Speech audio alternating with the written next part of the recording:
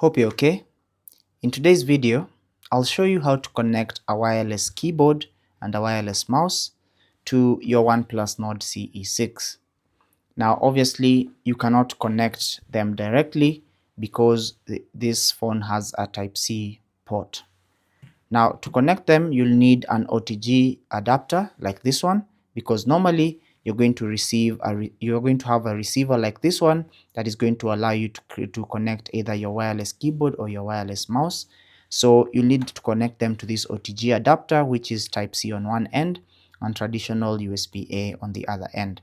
Now I'll link this OTG adapter down in the description below if you need one.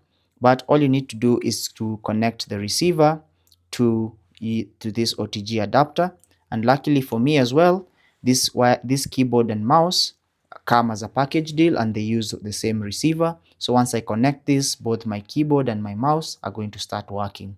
So simply ensure also that you go into settings, and then under settings you want to scroll down and select accessibility and convenience.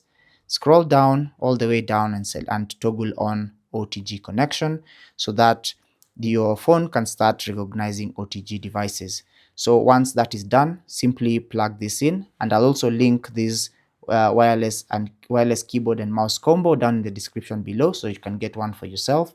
So plug it in to the phone just like that. As you can see, it's plugged in, and now once it's detected, I can now start using my mouse to navigate through. As you can see, the cursor is right there and I can be able to select and make selections just like that.